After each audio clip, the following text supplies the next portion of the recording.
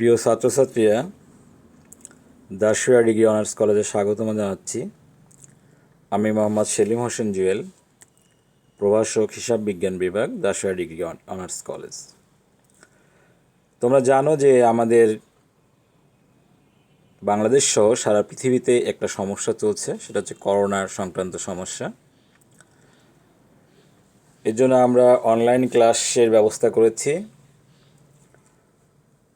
আশা করি ক্লাসগুলো তোমাদের ভালো লাগবে। আজকে আমরা তোমাদের শেখাবো হিসাব বিজ্ঞান দ্বিতীয় পত্র, এখান থেকে দ্বিতীয় অধ্যায়ের অংশীদারি ব্যবসার হিসাব।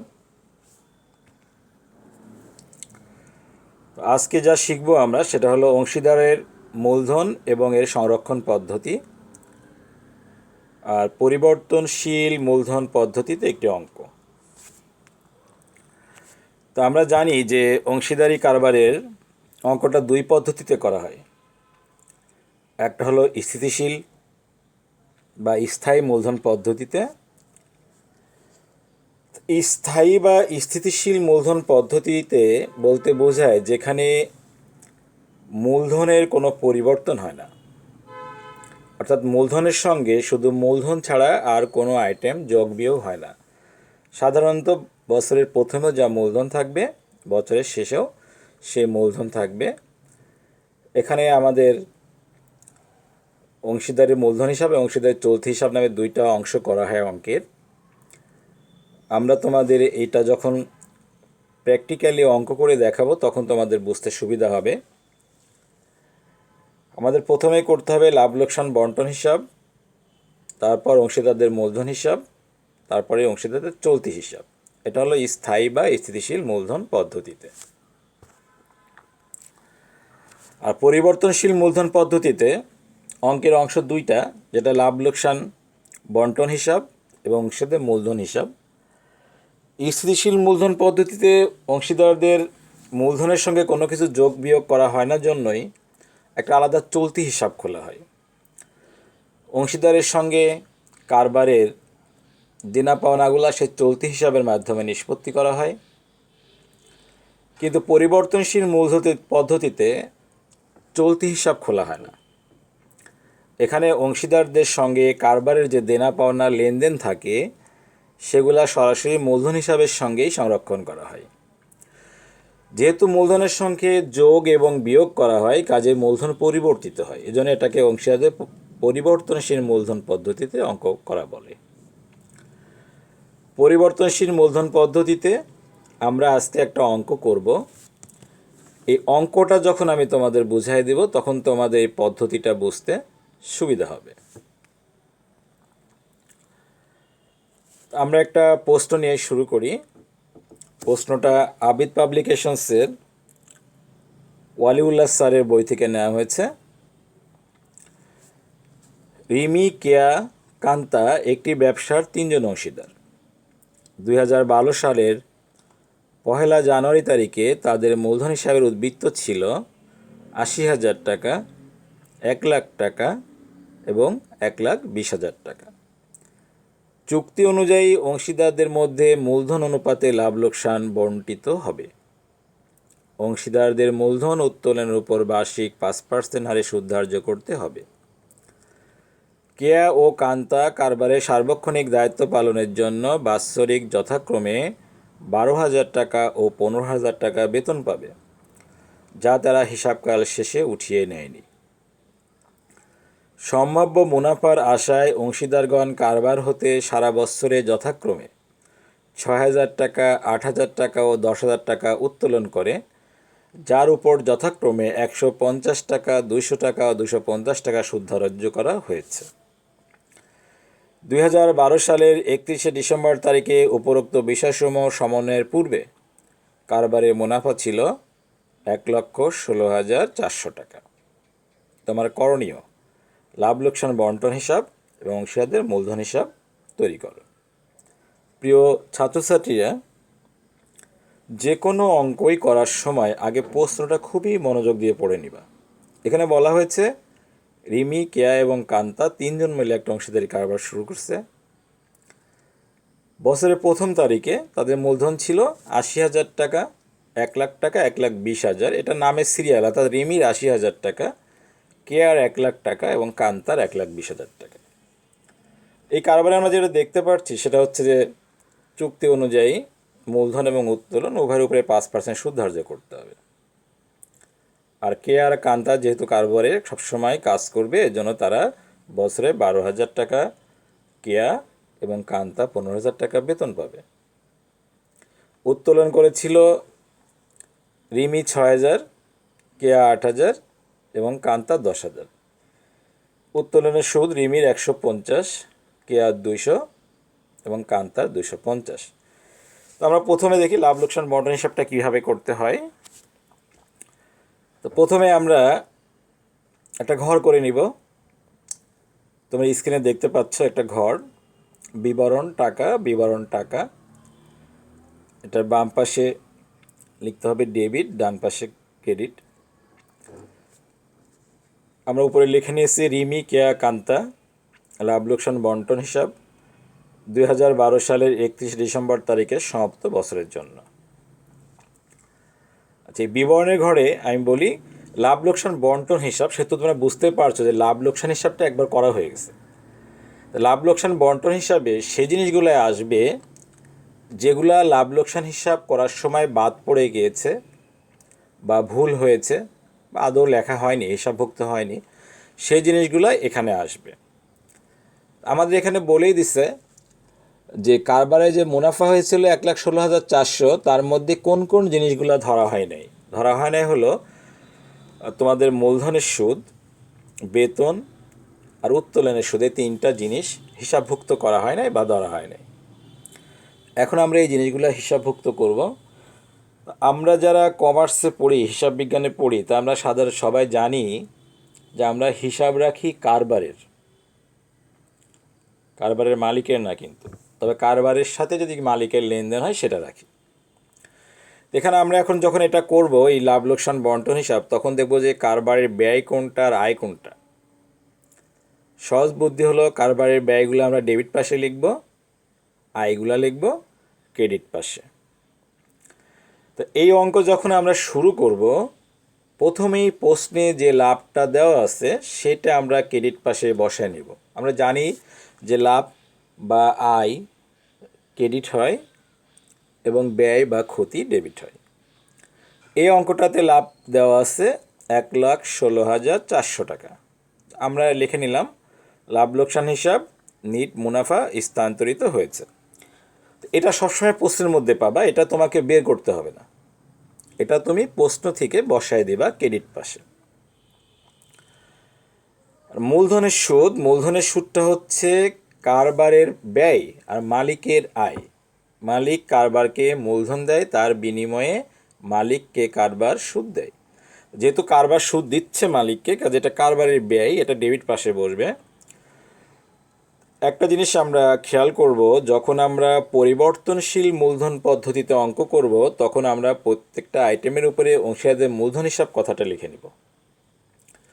এই মূলধন হিসাব কথাটার একটা অর্থ আছে, সেটা হচ্ছে যে এখানে যে আইটেমগুলোর উপরে আমরা অংশীদারদের মূলধন হিসাব কথাটা লিখছি, এগুলা অংশীদারদের মূলধন হিসাবের ক্রেডিট পাশে আবার যাবে। সেজন্য আমরা এখানে লিখে নিচ্ছি অংশীদারদের মূলধন হিসাব, ব্র্যাকেটে মূলধনের সুদ, তারপর 3 জনের নাম লিখে নিব, রিমি, কেয়া, কান্তা। আমরা প্রশ্নের দিকে তাকাই, রিমির মূলধন আছে 80,000 টাকা। 80,000 টাকার 5% হলো 4,000 টাকা। এরপরে কেয়ার মূলধন আছে 1 লক্ষ টাকা। 1 লক্ষ টাকার 5% 5,000 টাকা। কান্তার মূলধন আছে 1,20,000 টাকা। 1,20,000 টাকার 5% 6,000 টাকা। এবার আমরা যে 3টা আইটেম লিখে নিলাম, রিমি, কেয়া, কান্তা, এদের মূলধনের সুদ 4,000, 5,000, 6,000, এর নিচে একটা দাগ দিব, দিয়ে 3টা যোগ করব। তাহলে আমাদের যোগফলটা হচ্ছে, দেখো, 5 আর 4 9 আর 6 15,000 টাকা। তোমরা অবশ্য সবসময় ক্যালকুলেটর ব্যবহার করবা যাতে যোগগুলা সঠিক হয়। এটা আমরা আউটার কলমে দিয়ে দিলাম 15,000 টাকা। এরপরে প্রশ্নে বলা হয়েছে যে কেয়া এবং কান্তা সার্বক্ষণিক দায়িত্ব পালনের জন্য বেতন পাবে। তো সেটাও হিসাবভুক্ত করা হয়নি, এখন আমরা হিসাবভুক্ত করব। তো বেতন কেয়া কান্তা পাবে আর কারবার দিবে, তাহলে এটা কারবারের ব্যয়। ব্যয় হলে আমরা বলেছি ডেবিট পাশে বসবে। আমরা লিখে নিলাম নিয়ম অনুযায়ী অংশীদারদের মূলধন হিসাব, ব্র্যাকেটে বেতন, কেয়ার নাম লিখে কেয়ার টাকাটা বসায় দিলাম, কান্তার নাম লিখে কান্তার টাকাটা বসায় দিলাম। কেয়ার বেতন হলো 12,000 টাকা বার্ষিক, কান্তার বেতন 15,000 টাকা বার্ষিক। এবার আমরা দুইটা যোগ করি, 15 আর 12 27,000 টাকা পরের কলামে পাঠিয়ে দিলাম। এরপরে আমরা যাব ক্রেডিট পাশে। এই কারবারে 3 জন অংশীদারই কিছু টাকা উত্তোলন করছে, সেই উত্তোলনের উপরেও 5% সুদ ধরতে হবে, কিন্তু সুদটা আমাদের আর বের করার প্রয়োজন নাই, কারণ প্রশ্নের সুদটা দিয়ে দিয়েছে। সুদটা হলো প্রথম জনের 150 টাকা, মানে রিমির 150 টাকা, কেয়ার 200 টাকা এবং কান্তার 250 টাকা। তাহলে আমরা নিয়ম অনুযায়ী লিখে নিলাম অংশীদারদের মূলধন হিসাব, এরপর উত্তোলনের সুদ। উত্তোলনের সুদটা মালিক কারবারকে দিবে, কারবার পাবে, এজন্য এটা কারবারের আয়। কারবারের আয় মালিকের ব্যয়, কাজেই আমরা এটা ক্রেডিট পাশে লিখলাম। 3টা লেখার পরে যোগ করলাম, যোগ করলে কত হলো দেখো 600 টাকা। এখন আমাদের প্রশ্নের দিকে তাকায় একটু খেয়াল করব যে আর কোনো আইটেম বাদ পড়ছে কিনা, অর্থাৎ এমন কোনো আইটেম প্রশ্নে আছে যেটা লাভ লোকসান হিসাবে ধরা হয়নি, অর্থাৎ নিট লাভ নির্ণয় করার সময় ধরা হয়নি বা হিসাবভুক্ত করা হয় নাই। আমরা একটু প্রশ্নটার দিকে যদি তাকাই তাহলে দেখব যে না, এই প্রশ্নে আর এমন কোনো আইটেম নাই। এই প্রশ্নে 3টা আইটেমই ছিল যা লাভ লোকসান হিসাব করার সময় হিসাবভুক্ত করা হয়নি, আমরা 3টা আইটেমই দিয়ে দিয়েছি। একটা হলো মূলধনের সুদ, একটা বেতন, আর একটা উত্তোলনের সুদ। তাহলে আমাদের প্রশ্ন অনুযায়ী সব জিনিস বসানো শেষ। এখন আমরা দেখব যে এই লাভ লোকসান বন্টন হিসাব তৈরি করতে যে আমাদের লাভ হলো না লোকসান হলো। তো লাভ লোকসানটা বুঝবো কীভাবে? সহজ বুদ্ধি হলো, যদি এখানে আমাদের ক্রেডিট সাইড বড় হয় তাহলে লাভ হবে, আর ডেবিট সাইড বড় হলে লোকসান হবে। আমরা যে অঙ্কটা করছি সেটা তাকালে সহজেই বোঝা যাচ্ছে যে ক্রেডিট সাইডটা বড় হবে। 1,16,400 আর 600 টাকা যদি আমরা যোগ করি তাহলে হচ্ছে 1,17,000 টাকা। ক্রেডিট পাশে একটা দাগ দিয়ে 1,17,000 বসাবো, এরপরে এই যোগফলটা আমরা ডেবিট পাশে নিয়ে আসব। এরপর 1,17,000 টাকা থেকে 15,000 টাকা এবং 27,000 টাকা বিয়োগ করব। বিয়োগ করলে আমাদের বিয়োগ ফল আসবে 75,000 টাকা। এখন এই 75 টাকায় হচ্ছে বন্টনযোগ্য মুনাফা, অর্থাৎ সমস্ত খরচ খরচা বাদ দেওয়ার পরে এটা সঠিক মুনাফা আসলে হলো 75,000 টাকা, যেটা আমরা অংশীদারদের মধ্যে বন্টন করে দেব। এখানে আমরা অংশীদারদের মধ্যে তাদের মূলধন অনুপাতে বন্টন করে দিয়েছি। এই অনুপাতটা কিভাবে বের হলো আমি লাস্টে তোমাদের গণনার মধ্যে দেখায় দিয়েছি। সেই অনুপাতে আমরা এটা ভাগ করে দিলাম। আমাদের অনুপাতটা আসছে হচ্ছে 4:5:6। 4 আর 5 9, 9 আর 6 15। 75,000কে যদি আমরা 15 দিয়ে ভাগ করি তাহলে 5×15 75, প্রতি ভাগে আসে 5,000 টাকা। রিমি পাবে 4 ভাগ 4×5 20,000 টাকা, কেয়া পাবে 5 ভাগ 5×5 25,000 টাকা এবং কান্তা পাবে 6 ভাগ 5 30,000 টাকা। তাহলে আমরা এটা ইনার কলমে লিখব, রিমি কেয়া কান্তা লিখে আমরা যোগ করব। যোগ করে হলো কত? 75,000, যেটা আমরা আগেই বের করে রাখছি। এই বন্টনযোগ্য মুনাফা ভিতরে যেটা ভাগ করব সেটা কখনোই এই বাইরের এই যে 75,000 টাকা বা এখানে যা থাকবে এর চেয়ে বেশি হতে পারবে না বা কমও হবে না, এটা কিন্তু আমাদের মিলতে হবে। তো প্রিয় ছাত্রীরা, তোমরা আজকে যেহেতু প্রথম ক্লাস করছো একটু সমস্যা মনে হতে পারে, আর 2-1টা অঙ্ক যখন আমরা করব তখন এটা সহজ হয়ে যাবে। অংশীদারি কারবারের অঙ্ক খুব বেশি কঠিন না। এবার আমরা পরের অংশে যাই, অর্থাৎ অংশীদারদের মূলধন হিসাব। আমি আগে বলেছি যে পরিবর্তনশীল মূলধন পদ্ধতিতে অঙ্কের অংশ দুইটা, একটা লাভ লোকসান বন্টন হিসাব আর একটা অংশীদারদের মূলধন হিসাব। মূলধন হিসাব আমরা যখন করব তখন আমরা ঘর করে নিব, তারিখ, বিবরণ আর যে কজন অংশীদার থাকবে তাদের প্রত্যেকের জন্য একটা করে ঘর। ঠিক ক্রেডিট পাশেও তাই, তারিখ, বিবরণ এবং যে কজন অংশীদার থাকবে তাদের প্রত্যেকের নামে একটা করে ঘর। তোমরা দেখো আমাদের এখানে তিনজন অংশীদার আছে, রিমি, কেয়া, কান্তা। আমরা লিখে নিয়েছি তারিখ, বিবরণ, রিমি, কেয়া, কান্তা। ক্রেডিট পাশেও তারিখ, বিবরণ, রিমি, কেয়া, কান্তা। আমাদের মূলধন হিসাব করার সময় সর্বপ্রথম যে কাজটা করবা সেটা হচ্ছে ক্রেডিট পাশে প্রথমে সালটা লিখবা, এরপরে প্রশ্নে যে তারিখে মূলধন আছে জানুয়ারি 1, সে জানুয়ারি 1 লিখে ব্যালেন্স বিডি লিখতে পারো, অথবা লিখতে পারো প্রারম্ভিক উদ্বৃত্ত স্থানান্তরিত হয়েছে, এটাও লিখতে পারো।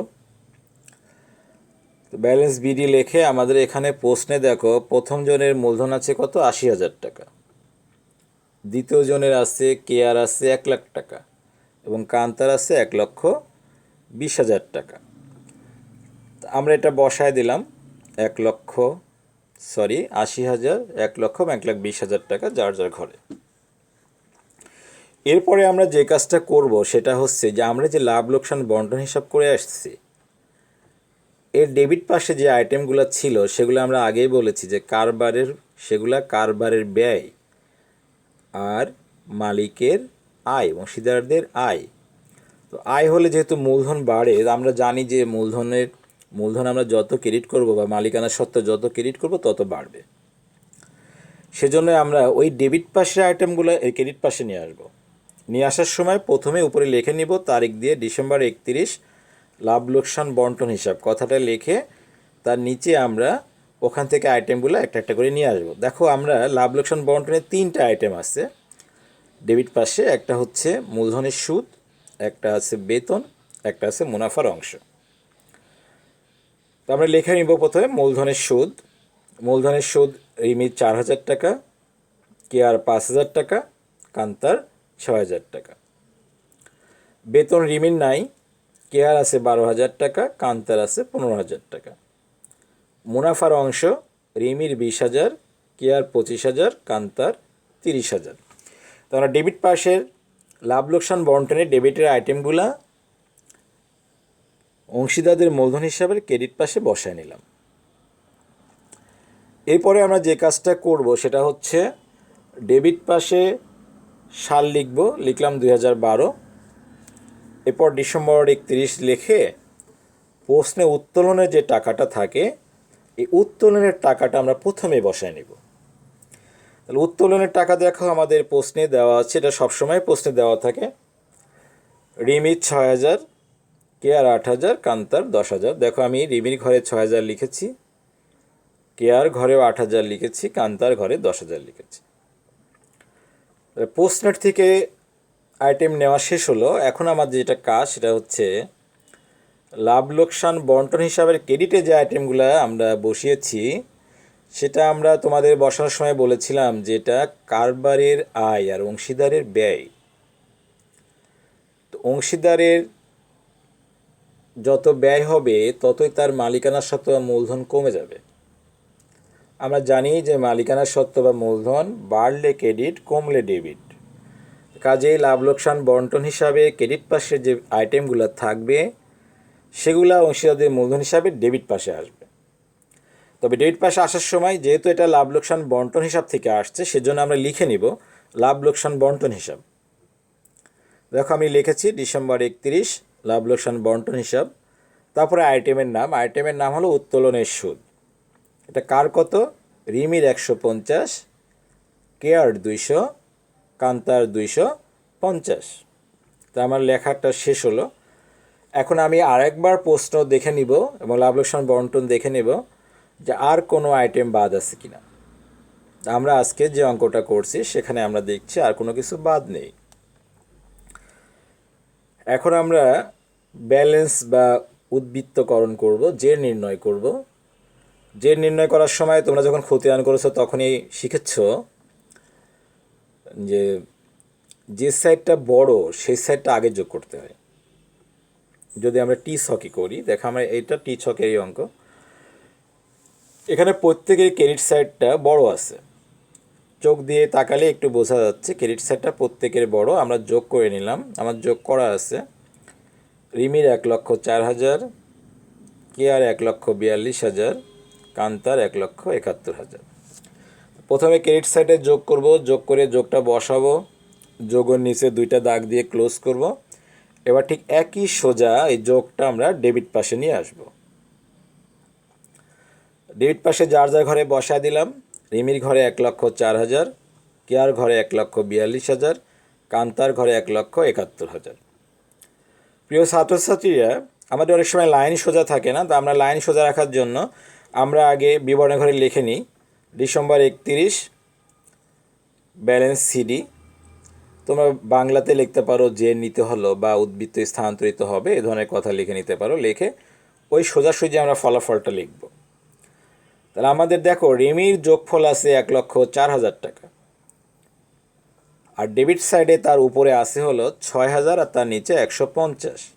তাহলে 1,04,000 থেকে 6,000ও বাদ দিতে হবে, 1,50,000ও বাদ দিতে হবে, অর্থাৎ ক্রেডিট সাইডের মধ্যে থেকে ডেবিট সাইড বিয়োগ করতে হবে। তার বিয়োগ করলাম, বিয়োগ করলে ফলাফল আসলো কত? 97,850 টাকা। এটা আমরা ব্যালেন্স সিডি যে সোজাসুজি লিখছি সেখানে বসাই দেব। এরপরে আসি কেয়ারটা। কেয়ার ক্রেডিট সাইডের যোগফল 1,42,000 টাকা। এর মধ্যে উপরে ওরা আছে একটা আইটেম আছে 8,000 টাকা, একটা আইটেম আছে 2,000 টাকা। তা আমরা এই 8,200 টাকা যদি বাদ দিয়ে দিই তাহলে এখান থেকে আসছে 1,33,800 টাকা। এরপরে আসি আমরা কান্তার। কান্তার যোগফল আছে 1,71,000 টাকা, এর উপরে আছে 10,000 টাকা, তার নিচে 250। তা আমরা 10,250 বিয়োগ করে ফেলি, বিয়োগ করলে থাকছে 1,60,750 টাকা। তাহলে আমরা ব্যালেন্স সিডি যেটা পেলাম সেটা হচ্ছে রিমির 97,850, কেয়ার 1,33,800, কান্তার 1,60,750। মানে ক্রেডিট পাশে যোগের নিচে আমরা পরের সালটা লিখব। পর 2012 সালের পরে কত? 2013 সাল। 2013 সালের জানুয়ারি 1 আমরা লিখব ব্যালেন্স বিডি, বা বাংলা লিখতে পারি উদ্বৃত্ত স্থানান্তরিত হয়েছে। লিখে আমরা এই যে ব্যালেন্স সিডির যেটা আছে এটাই আমরা বিডি হিসাবে বসায় দিব। সবসময় মনে রাখবা যে 1 তারিখে হয় ব্যালেন্স বিডি আর শেষ তারিখে হয় ব্যালেন্স সিডি। এই ব্যালেন্স সিডিটাই পরের দিন আবার বিডি হয়। 31শে ডিসেম্বরে যেটা ব্যালেন্স সিডি, পরের সালের 1 জানুয়ারিতে সেটাই ব্যালেন্স বিডি। সেজন্য আমরা সিডির টাকাটা এখানে বসাবো। রিমির লিখলাম 97,850, কেয়ার লিখলাম 1,33,800, কান্তার 1,60,750। প্রিয় ছাত্রছাত্রীরা, যেহেতু অনেকগুলো ঘর করতে হয়েছে, তোমাদের মোবাইলে হয়তো ঘরগুলো ছোট ছোট লাগতে পারে, তোমরা একটু ধীরে সুস্থে দেখো, তাহলে সবই বুঝতে পারবা। এখন আসি আমরা একটু গণনা কার্যের মধ্যে আসি। আমাদের বলা হয়েছিল যে মূলধনের উপরে 5% সুদ ধরতে হবে। গণনা কার্যাবলী বা ওয়ার্কিংয়ের মধ্যে আমরা এটা দেখাই দিলে ভালো হবে। দেখো মূলধনের সুদ, রিমির মূলধন ছিল 80,000 টাকা, এর 5% করছি 4,000 টাকা। কেয়ার ছিল 1,00,000 টাকা, এর 5% করছি 5,000 টাকা। কান্তার 1,20,000 টাকা, এর 5% করছি 60,000 টাকা। তো তোমরা যেহেতু কলেজে পড়ো, কাজে আমরা কিন্তু ধরে নিচ্ছি যে তোমরা পার্সেন্টেজ বের করতে পারো। এরপরে মুনাফা বন্টন অনুপাত, এটা এখানে বলে দিচ্ছে, অনেক প্রশ্নে অনুপাত দেওয়া থাকে কিন্তু এটাতে বলেছে মূলধন অনুপাত।